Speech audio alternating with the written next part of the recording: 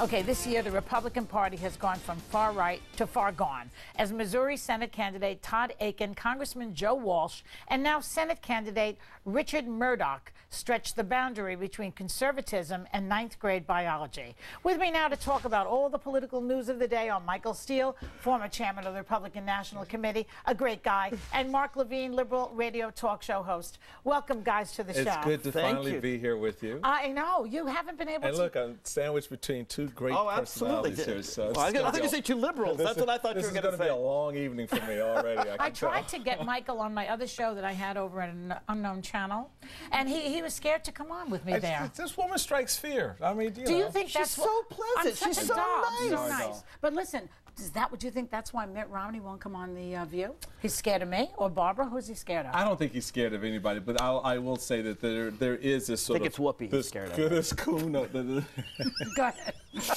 This cocoon of protection that they put around these guys. Republicans like to keep it very close to the vest, play it very safe.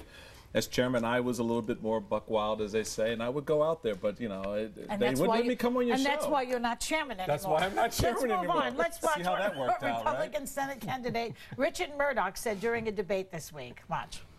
I believe that life begins at conception. The only exception I have to have an abortion is in that case of the life of the mother.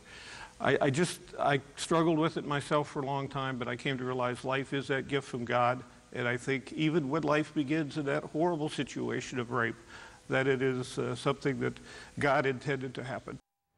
What an idiot. He must think God is really a bad guy. No, I understand that. On the face of it, I went back and reread those comments, and my takeaway from it, number one, there was a point where he should have ended that and just let the rest of it go on its own or not say it. Mm-hmm. But having said it, my takeaway from it was that it wasn't so much talking about, God approving the act of rape, but the life that may come from something as horrible as that is still precious. And I understand that concept. There are a lot of folks who look at that situation, the life of that fetus, that baby in that situation, and say it is as valuable as any other. And I think that's what he was saying too, but not knowing for sure. He and this other jerk, Todd Akin, I'm into name calling tonight because they really are out of control. No, I understand. And his legitimate rape that causes the female body to shut down. Now that is where you get to stupid. And there's no. And Joe Walsh saying that a woman can't die in the act of childbirth. He needs to learn some statistics about the hundreds of women that die every year in the United States from that very thing. Look, he managed to be both offensive and incoherent. When you think about the incoherence, though, here he's saying that God intended the rape, or I mean, that's what he said.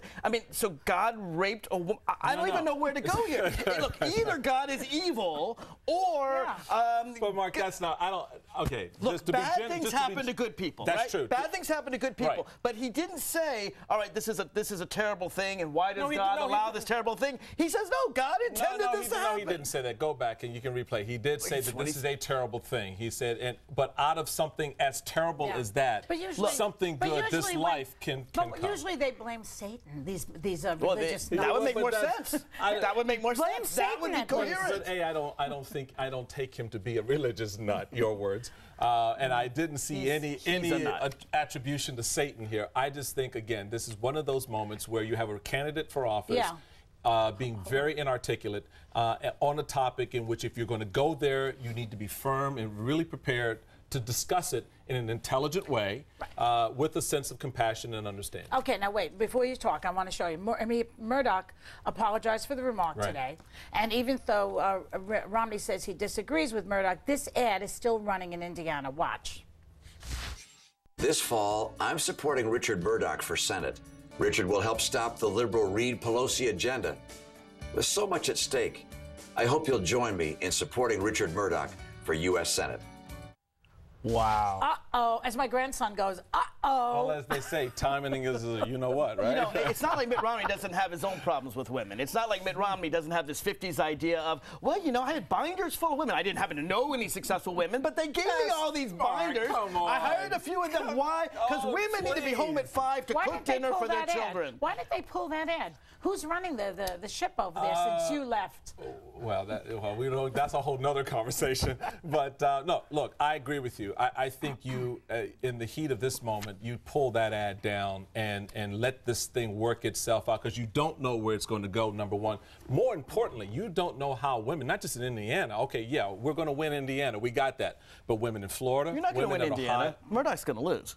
Oh, you're going to win. You're president. Yes, right. Okay, right. And so you don't know how women, who are looking at this, and now as you've very much laid out the indictment, one after the other, how they're feeling about this. And then there's also Ann Coulter, who is really a crazy person. My friend Ann, I love Yeah, Ann. well, she comes on this show. I know. But she really has gone over the edge of time, because she was tweeting during the debate the other night, and she goes, "I hardly approve of Romney's decision to be kind and gentle to the retard." And then she tweeted, "Obama, stage 3 Romnesia, because cancer references are hilarious. If he's the smartest guy in the room, it must be one retarded room." What is it wrong? On that last point, she was being sarcastic, because that was a funny when he did the whole Romnesia thing in the context of the conversation. You're defending Ann Coulter. You're defending Ann Coulter. Ann Coulter, whose job it is to say the most offensive thing she can so she can rake in the millions. Let me tell you something about Ann Coulter. I'll defend you if it helps you rake in the millions. I don't think Ann Coulter believes Ann Coulter. At least Murdoch believes the trash that he says. Right. Ann Coulter just says whatever she can to make a lot of money, and she makes a lot of money doing it. That means you're not upset by it.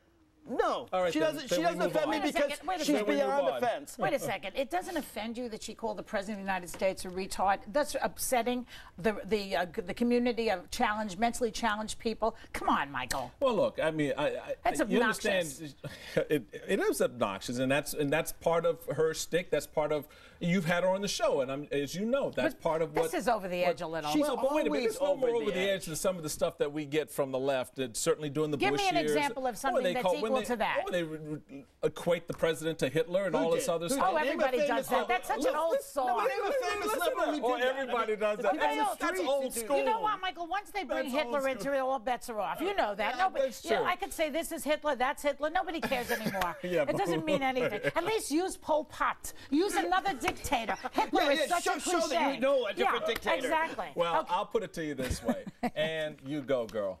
No, you don't mean that. Come on. No, you don't mean that. You really don't mean that. Okay, we're just getting started because they're terrific. More with my great panel in just a minute. Okay.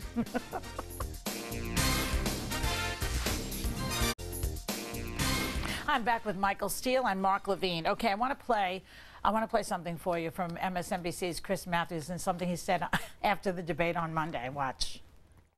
I think they're more political than either you or I. I think they hate Obama. They want him out of the White House more than they want to destroy al-Qaeda. Their number one enemy in the world right now, on the right, is their hatred for Obama. And we could go into that about the white working class in the South and looking at these numbers we're getting the last couple of days about racial hatred in many cases. This isn't about being a better president. They want to get rid of this president. Well, he says that their number one enemy in the world is President Obama on the right. It seems like it. I mean, here you have Mitch McConnell. No, wait a minute. When President Obama first came to office, what did Mitch McConnell said? He said, screw the American people, screw the economy. Our first priority, it isn't jobs. It isn't the deficit. Our first priority, wait, let me say what he said. Give me a chance. Go ahead. He said our first priority is to make President Obama a one-term president. That was more important to him than helping the American people. What kind of leader puts their party ahead of the American people? I would agree with someone who's not a very good leader. That statement by McConnell at the time, I thought was it was ill-advised, and because that's not what your job and your purpose is. It is, as we see now, 4 years later, with the lack of progress in coming out of Washington from both the administration and the Congress and Senate. There's a reason why there's a lack of progress. Because Republicans have filibustered more than every other Congress I'm going to give you credit and say you're more intelligent than that, because you know the way this operation works is both the administration as well as what goes on Capitol Hill. You've had over the last 4 years the administration. Look, at any time the president can say, I know you guys aren't going to work with me, but this is what I'm doing anyway. And he hasn't done that. He doesn't have that power. No, wait. He has done that with executive order. What I want to know is, because Chris Matthews has hyperventilated on the topic of race. He seems to think that a lot of the hatred is racial hate. Some of it is. What do you think about that? He's just outright wrong about it. No, he's not wrong. You think so? Well, show me the evidence of it. The evidence of it is that white males support President Obama less than Kerry and less than Dukakis. It could be money. Could be money. So part of it is cultural. Wait a minute. Come on, man. You look at the numbers. Let him talk too. You're sitting there. now you're getting into the land of crazy, because you're sitting there talking about, well, white males support the Republican, therefore they're racist. No, not all white males are racist. But I'm telling you that his just numbers... those who support Republicans. No, I'm not saying all people support Republicans. Donald Trump is now touting this, going on the television with this other annoying shtick he's into, which is that he will give $5 million to anyone who can produce, the president, he'll give $5 million to his best charity for producing the college and passport records of President Obama, implying that the man did not actually go to Harvard Law School and did not go to Columbia University. Well, and has also continues to think that he's not American. He also should offer $5 million for Mitt Romney to disclose his tax returns. How about that? Mitt Romney won't do it because $5 million is nothing to Mitt Romney. Only if he gets the write-off. Well, it's not even enough votes for his white horse. What do you think about that? I mean, first off, on the Donald, some things are just left better said unsaid, and I think that speaks for itself. Are you scared of him too? No, I'm not. No, I just mean, why are we even having this conversation? Because he throws things. Just because you throw stuff out there doesn't mean you need to yap after, you know. So we'll put Donald Trump and Ann Coulter together, and they can go off and yap at each other. You've got that across the spectrum, and you have it on both sides. We know that, but here we are now, Joy, in the final two stages, the final stage of this very important campaign.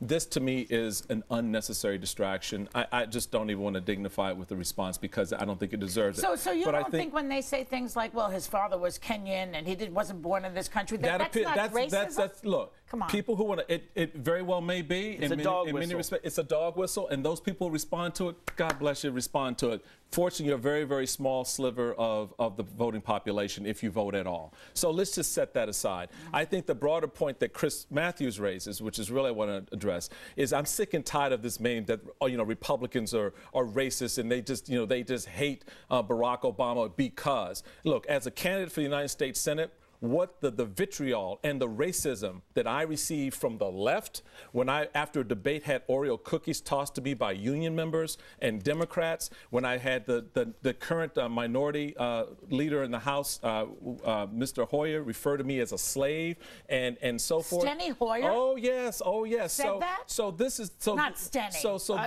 I find that hard to believe, too, but I'll check the record. Well reported at the time. Right. Well reported at the time. Along with my image in blackface with big red lips. Well, there are morons on both sides.